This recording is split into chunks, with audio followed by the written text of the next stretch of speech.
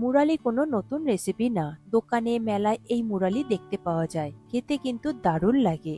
আর অনেক বন্ধুরা আছেন যারা পারফেক্ট বানাতে পারেন না, নরম হয়ে যায় বা মুচমুচে খাস্তা তৈরি হয় না, বা চিনির কোটিংটা পারফেক্ট তৈরি হয় না। আজ আমি সঠিক পরিমাপ দিয়ে মুরালি বানানো দেখাবো, আর বহুদিন পর্যন্ত কিভাবে সংরক্ষণ করবেন তা আমি এই ভিডিওতে জানিয়ে দেব। নমস্কার বন্ধুরা, কিচেন টেকনিকে আপনাদের সবাইকে স্বাগত। আমি মধুমিতা। আজ নিয়ে এসেছি একটা দারুণ স্বাদের রেসিপি। চলুন দেখে নেওয়া যাক। মুরালি তৈরির জন্য প্রথমে আমি একটা বোল নিয়েছি, আর মেজারিং কাপের 1 কাপ পরিমাণে আমি ময়দা নিয়েছি। আমি অল্প করে এখানে দেখাচ্ছি, আপনারা প্রয়োজন মতো নিয়ে নেবেন। এরপর দিয়ে দেবেন স্বাদ অনুযায়ী নুন, আর দিয়ে দেব 1 চা চামচ চিনি। চিনি আপনারা অবশ্যই ব্যবহার করবেন। চিনি দিলে মুরালিগুলো খুব সুন্দর খাস্তা হয়, মুচমুচে হয়, আর কালারটাও সুন্দর আসে। আর দিয়ে দেব 2 টেবিল চামচ সাদা তেল। এরপর সমস্ত উপকরণ ময়দার সাথে খুব ভালো করে মিশিয়ে নিতে হবে। ময়ানটা আপনারা খুব ভালোভাবে দেবেন। দেখুন আমি ঠিক যেভাবে দিচ্ছি, ঘষে ঘষে এইভাবে দিলে মুরালিগুলো খুব সুন্দরভাবে খাস্তা আর মুচমুচে তৈরি হবে, আর ময়দাগুলো কোনো রকম ভাবে দলাভাব থাকবে না। দেখুন ময়দাটা খুব সুন্দরভাবে ময়ান দেওয়া হয়ে গিয়েছে। এরপর হাতের মুঠোর মধ্যে কিছুটা ময়দা নেবেন। যদি এইভাবে দলা পাকিয়ে যায়, তারপর হাতের চাপে যদি খুব সুন্দরভাবে ঝুড়ো হয়ে পড়ে যায়, তাহলে বুঝবেন যে ময়ানটা পারফেক্ট দেওয়া হয়েছে। এরপর এর মধ্যে দিয়ে দেব উষ্ণ গরম জল। এখানে আপনারা ঠান্ডা জল ব্যবহার করবেন না, উষ্ণ গরম জল ব্যবহার করবেন, তাতে করে খুব সুন্দর তৈরি হবে মুরালিগুলো। তবে জলটা আপনারা একসঙ্গে ব্যবহার করবেন না, অল্প অল্প করে দিয়ে খুব সুন্দরভাবে একটা ডো তৈরি করে নেবেন। তবে আটা ময়দার মতন অতটা সফট করে তৈরি করবেন না, একটু শক্ত করেই ডোটা তৈরি করতে হবে। দেখুন আমি ঠিক যেভাবে তৈরি করছি। দেখুন মাঝের মধ্যে আমি অল্প অল্প করে জল দিচ্ছি আর খুব ভালো করে মেখে নিচ্ছি। আমার এখানে হাফ কাপের একটু কম পরিমাণে জল লেগেছে, কারণ ময়দাতে তেলের পরিমাণটা একটু বেশি ছিল, তাই জলের পরিমাণটা একটু কম লাগে। দেখুন ডোটা আমার পারফেক্ট ভাবে তৈরি হয়ে গিয়েছে, খুব বেশি নরমও না আবার খুব বেশি শক্তও না। এইভাবে আমি 20 থেকে 25 মিনিট মতো ঢাকা দিয়ে রেস্টে রেখে দেব। 25 মিনিট পরে আমি ঢাকা খুলে দেখছি, দেখুন ডোটা কত সুন্দরভাবে একটু সফট হয়ে গিয়েছে আগের তুলনায়। এরপরে খুব ভালো করে আরো একবার আমি মেখে নেব। ডোটাকে এইরকম মেখে মেখে একটু সফট তৈরি করে নিতে হবে। ডোর মধ্যে যেন কোনো রকম ভাবে ক্র্যাক বা ফাটা ফাটা না থাকে, সেটা একটু খেয়াল রাখতে হবে। দেখুন ডো আমার খুব ভালো করে মাখা হয়ে গিয়েছে। এরপরে খুব ভালো করে একটু গোল করে নেব। আমি এখানে একটাই লেচির মতো তৈরি করেছি, আমি আর ছোট করে করছি না। এরপর উপর থেকে অল্প করে একটু কর্নফ্লাওয়ার দিয়ে দেব। কর্নফ্লাওয়ার দিয়ে হাতের চাপে একটুখানি ডোটাকে বড় করে নেব। কর্নফ্লাওয়ারের জায়গায় আপনারা ময়দা দিয়েও এটাকে বেলে নিতে পারেন, তবে কর্নফ্লাওয়ার দিলে এই মুরালিগুলো খুব সুন্দর খাস্তার মুচমুচে হয়। এবার বেলন বাড়ির সাহায্যে খুব সুন্দরভাবে এটাকে বেলে নেব। তবে বেলবার সময় একটু খেয়াল রাখবেন এটা যেন খুব বেশি পাতলা না হয়, সেটা আমি আপনাদের দেখিয়ে দেব ঠিক কতটা মোটা করে বেলতে হবে। আমি লেচিটা যেহেতু অনেকটাই বড় নিয়েছি, তাই এটাকেও অনেক বড় করেই বেলতে হবে। আপনাদের অসুবিধে হলে আপনারা এটা দুটো ভাগে তৈরি করে নিয়ে বেলতে পারেন। দেখুন অনেকটা বড় করে বেলে নিয়েছি, আর দেখুন কতটা মোটা করে বেলেছি, যথেষ্ট মোটা রয়েছে। আপনারা কিন্তু ঠিক এই রকমই মোটা করে বেলবেন, এর থেকে বেশি পাতলা কিংবা এর থেকে বেশি মোটা করে বেলবেন না, তাহলে ভিতরে কাঁচা রয়ে যাবে। আর পাতলা করে বেললে মুরালিগুলো পারফেক্ট তৈরি হবে না। এরপর একটা পিৎজা কাটার দিয়ে এটাকে আমি সুন্দর করে কেটে নেব। সরু সরু করে তৈরি করবেন, যেহেতু মুরালিগুলো সরু সরু হয়, তবে খুব বেশি সরু করবেন না। তবে আপনাদের কাছে এইরকম কাটার না থাকলে আপনারা ছুরি ব্যবহার করতে পারেন, তাতেও সুন্দরভাবে কাটা যায়। মুরালিগুলো পারফেক্ট শেপ দেওয়ার জন্য আপনারা চারি সাইডটা খুব সুন্দরভাবে অল্প করে কেটে একটু বাদ দিয়ে দেবেন, তাহলে দেখবেন চারিদিকটাই সমান হয়ে যাবে।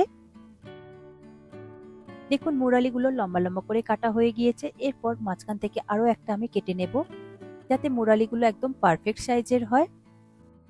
দেখুন সমস্ত মুরালি আমার কাটা হয়ে গিয়েছে, আর মুরালিগুলো দেখুন একটা একটা করে তুলে আমি দেখিয়ে দিচ্ছি কত সুন্দরভাবে ছেড়ে যাচ্ছে, আলাদা হয়ে যাচ্ছে। এরপর এগুলোকে তেলে ভেজে নিতে হবে। তার জন্য আমি একটা কড়াই নিয়েছি, তাতে আমি প্রয়োজন মতো তেল দিয়ে দেব। যেহেতু এটা ডিপ ফ্রাই হবে, তাই তেলের পরিমাণটা একটু বেশি দেবেন।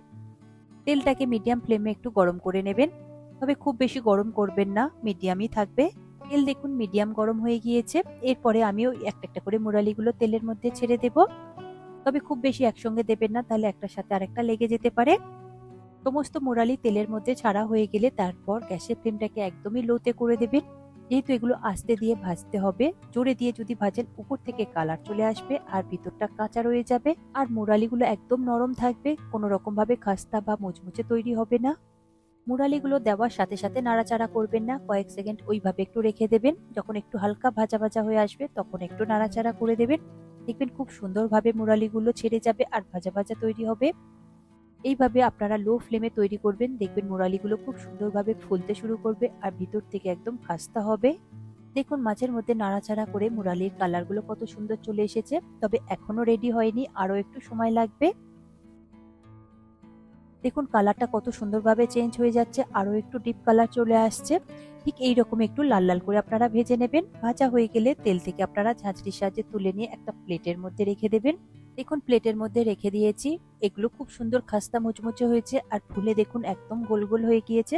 এগুলোকে ঠান্ডা করে নিতে হবে। এরপর ওই তেলের মধ্যে বাকি মুরালিগুলোকে ভেজে নেব একই রকম পদ্ধতিতে।